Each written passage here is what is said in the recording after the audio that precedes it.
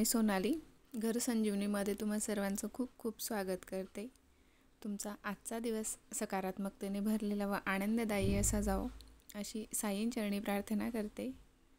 तर आज आहे आषाढी अमावस्या आणि दर अमावस्येला आपण घरात क्लिनिंग तर करतच असतो, पण आजची ही अमावस्या खास असते कारण उद्यापासून पवित्र श्रावण मासाला आता सुरुवात होते आणि त्या पाठोपाठ बरेच असे सणवारही आता येतील आणि श्रावण मासाला आपल्या हिंदू संस्कृतीत फार महत्त्व दिलं जातं। आणि ह्याच महिन्यात तुम्ही जी काही देवांची सेवा, पारायण, पूजापाठ जे काही कराल त्याचं फळ द्विगुणित होतं आणि दुप्पट ते फळ आपल्याला मिळतं असंही मानलं जातं। तर त्यासाठी आधी घर स्वच्छ असणं तितकंच गरजेचं असतं। तर आज सकाळीच मी हे सर्व आवरायला काढलं होतं। आधी संपूर्ण घरातून जाडे वगैरे काढून घेतले, तसे तर नसतात कारण मी शनिवारी एक झाडू फिरवलेला असतोच आणि फॅनही एकच फॅन जास्त खराब झालेला असतो, तोही ह्याच रूममधला हाच फॅन, कारण याचा जास्त करून वापर केला जातो। हॉल आणि बाजूच्या बेडरूममध्ये एवढा फारसा फॅन चालत नाही आणि सध्या तर पावसाचं वातावरण असल्यामुळे सगळीकडे वातावरणात गारवाच असल्यामुळे तोही फारसा वापरला जात नाही। तर पण तरी एक मी त्याच्यावर कापडे फिरूनच घेते दर शनिवारी आणि अमावस्येला वगैरे। तर इथे मी आज संपूर्ण घर आवरायला काढलं होतं आणि सोफ्याची कवर आणि पडदे वगैरे हे कालच धुवून झाले होते, पण ते नव्हतं मी शूट केलेलं कारण लास्ट टाईम दाखवलं होतं एक 15 महिन्यापूर्वी, तर त्यामुळे मी आता ते शूट नव्हतं केलेलं। तर संपूर्ण घर मी असं स्वच्छ करून घेतलं आधी आणि आता हॉलमध्येही म्हटलं झाडू मारायच्या आधी हे सगळं आवरून घेतलं। आणि हो, हे गालीचा आणि हे सामान मी आणलं आहे त्याचाही व्हिडिओ शूट करून ठेवला आहे, पण एडिट करायला वेळ नाही भेटत आणि तो मागे पडत जातो आहे। तर ते बरेचसे सामान मी एक्झिबिशनमधून आणलं आहे, एक 4-5 गोष्टी, तर त्याही मला तुमच्यासोबत शेअर करायच्या आहेत। तर बघू आता लवकरच मी तोही व्हिडिओ घेऊन यायचा प्रयत्न करेल। तर हे सोफे मी तो ब्रश आहे माझ्याकडे त्याच्याने झाडून घेते, त्यामुळे ते ओला कपडा न लावता त्याच्याने केल्याने ते खराब नाही होत लवकर।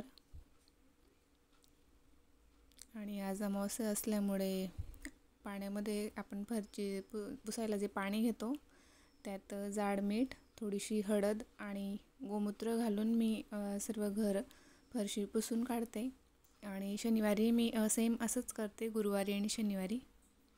आता मी सर्व घरातले कामं वगैरे माझी आवरून झाली होती आणि आता मी हळदीलेपण करून घेते उंबरठ्याला। आजच्या अमावस्येला दीप अमावस्या देखील म्हटलं जातं आणि आज संपूर्ण घरातील जेवढे काही आपण पूजेसाठी दिवे वापरतो तीही स्वच्छ करायची असतात आणि संध्याकाळी त्यांची पूजा करायची असते। सोबतच सणावारांसाठी लागणारी किंवा पूजेसाठी लागणारी जी काही तांब्या पितळेची भांडी असतात तर तीही सर्व मी आज दिवांसोबत स्वच्छ करायला काढली आहेत, ज्यामुळे की ज्या दिवशी काही आपल्याला त्यांचं काम असतं तर त्याच दिवशी काढून धावपळ होते। तर तेही मी आज स्वच्छ करून घेतली आणि पूजेच्या दिवशी जास्त थोडं जरी आपण त्याच्यावर पितांबरीने एक हात फिरवला तरी ते चकाकायला लागतात। म्हणजे इथे अमावस्या घ्यायला मावशी येतात, तर हे काही मी साहित्य काढून ठेवलं होतं। बऱ्याच जणींना माहिती असेल की अमावस्येला हे असं द्यायला लागतं, तर ते देऊन आलो होते मी आता दुपारी। आणि ही जी गंगाड आहे तर श्रावण महिन्यात आणि अधिक मासात मी हे 2 महिने नेहमी तरी नाही, पण हे 2 महिने तर मी आवर्जून गंगाडमध्येच आम्ही आंघोळीचं पाणी घेतो। यात आंघोळ केल्याने तीर्थक्षेत्री स्नान केल्याचं पुण्य मिळतं असं म्हटलं जातं, पण त्याचा खूप आवाज येतो आणि ते खूप वेळा त्याला म्हणजे उजळावी लागते 2-3 दिवसाआड, म्हणून मी ती वर ठेवून दिली होती। तर हे 2 महिने मी आवर्जून ही गंगाड वापरते आणि ही अशी सगळी देवांची भांडी आणि दिवे मी सकाळीच उजळून घेतले होते। संध्याकाळी मग सगळ्यात आधी मी कणकेचे दिवे बनवले, कोणी 5 बनवतं, कोणी 7 बनवतं आपल्या इच्छेनुसार। तर इथे मी 5 कणकेचे दिवे बनवले होते आणि एक पितृंसाठी एक चारमुखी दिवा बनवला होता. तर अशी मान्यता आहे की आजच्या दिवशी आपले पूर्वज किंवा पितृदेवही खाली येतात आणि सर्व पितृ अमावस्येला ते परत जातात. तर आजच्या दिवशी त्यांच्या स्वागतासाठी म्हणून एक चारमुखी दिवा लावायला लागतो, त्यात काळे तीळ घालून. तर तोही मी बनवून घेतला आहे. तो आपल्या दरवाजाच्या बाहेर आपल्याला लावायचा असतो.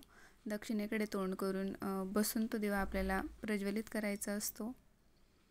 तर तो दिवा बनवला होता आणि बाकी मग हे जे आपले रोजचे जे काही दिवे होते वापरातले आणि जे मी वापरत नव्हती तेही मी स्वच्छ करून घेतले होते.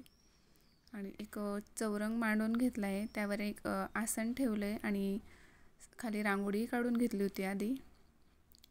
आणि ही पूजा मी संध्याकाळी करते. बऱ्याच जणी सकाळीही करतात, ब्रह्ममुहूर्ताला सकाळी लवकर उठून. ज्याला जसं जमेल तसं आपण अमावस्येच्या दिवशी ही पूजा करू शकतो.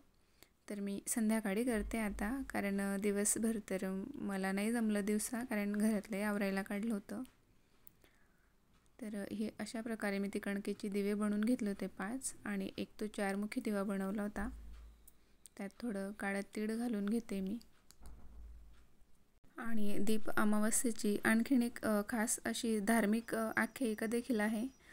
ज्यावेळी यमुनेच्या तीरावर गायी मृत्युमुखी पडत होत्या, त्यावेळी भगवान श्रीकृष्णांनी कालिया नागाला अद्दल घडवली होती व गायींचे रक्षण केले होते. तर त्यावेळी यशोदा मातेसह गावातील सुहासिनींनी श्रीकृष्णाची असंख्य देवांनी ओवाळणी केली आणि प्रार्थना केली की अशाच प्रकारे शौर्य आणि धैर्य आमच्याही मुलांना लाभो. म्हणूनच आजच्या दिवशी घरात जर लहान मुलं असतील तर त्यांची पूजा करतात. आणि घरात आत शिरताना आपल्याला डाव्या हाताला तो दिवा लावायचा असतो. तर तो मी इथे लावून घेतला आहे आणि आता आधीची पूजा करून घेतली संध्याकाळी. तुम्हा सर्वांना येणाऱ्या श्रावण मासासाठी खूप साऱ्या शुभेच्छा.